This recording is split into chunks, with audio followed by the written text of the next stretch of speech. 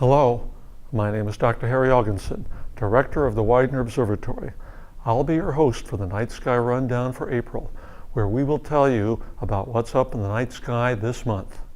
Hello, my name is Alec Lynch and I'll be your co-host. April, the first full month of spring, signals the inevitable departure of the winter star groups from the evening sky. Aldebaran and the Pleiades cluster, both in Taurus, Betelgeuse and Rigel in Orion, and Sirius and Canis Major will all be vanishing after this month, not to reappear in the evening sky until next autumn. Procyon and Canis Minor will stick around for another month or so, while Pollux and Castor in Gemini and Capella in Auriga will remain viewable until early June. While the stars of winter are exiting, the stars of spring are taking center stage. One of the most famous spring stars is Regulus, the brightest star in Leo, the Lion, which is high in the south in the early evening. Arcturus, the bright yellow-orange star in the constellation Boötus, the herdsman, is getting high in the east. Two stars were both interestingly over 100 times brighter than the Sun. Arcturus lies about 37 light years from the solar system, while Regulus is 79 light years distant, is over twice as far away, therefore appears fainter.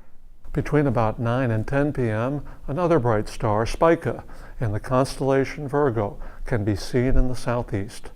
Spica is even more distant than either Arcturus or Regulus, at 250 light years from Earth. Arcturus, Spica, and Regulus form the spring triangle, which is larger, though not nearly as famous, as its summer counterpart, consisting of Vega, Altair, and Deneb. Bright star Alphard is in the constellation Hydra, the water snake. Lies a bit below Regulus. Alphard, which means the solidarity one, is appropriately situated in the region of the sky which contains almost no nearby stars of comparable brightness.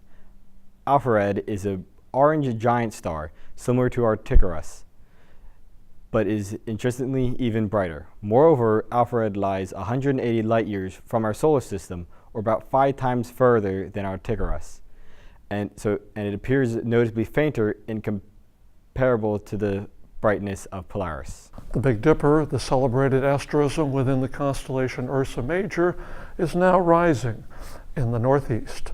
The middle 5 stars, Merak, Vecta, Megrez, Alioth, and Mizar, are all about 75 to 80 light years away, while the other 2 outer stars, Dubhe and Alkaid, are 124 and 101 light years distant, respectively. Mars, mimicking a bright orange star, is up in the southwest at nightfall. Mars's brightness continues to diminish as Earth continues to pull away from it. Mars is now over 5 times further from Earth than it is at its closest approach last July, and twice as far away from the Sun as Earth is. This April, Mars rides through the constellation Taurus the Bull, passing below the Pleiades cluster at the start of the month. Mars sets around 11:30 p.m. during April.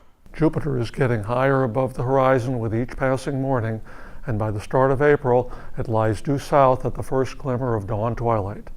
Shining with a cream-colored brilliance, Jupiter rises around 1 a.m. as April begins, and shortly after 11 p.m. at month's end.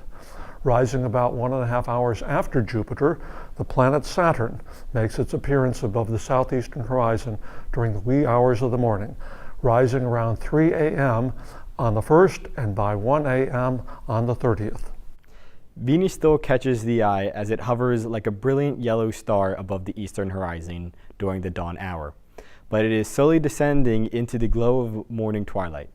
Venus rises around 5:30 a.m. at the start of April and by 5 a.m. at the end of the month. The time between Venus rise and sunrise is only about 1 hour this April, and that already small interval will diminish further over the next several months until Venus reaches superconjunction with the Sun in August. Mercury hovers very low in the east at dawn this month, but it is even closer to the horizon than Venus, rising not more than 1 hour before sunrise.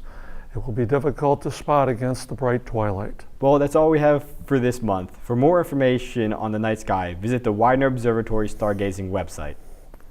And don't forget about the stargazing sessions at the Widener Observatory, located on the 5th floor of Kirkbride Hall. Thank you, and remember to look to the stars.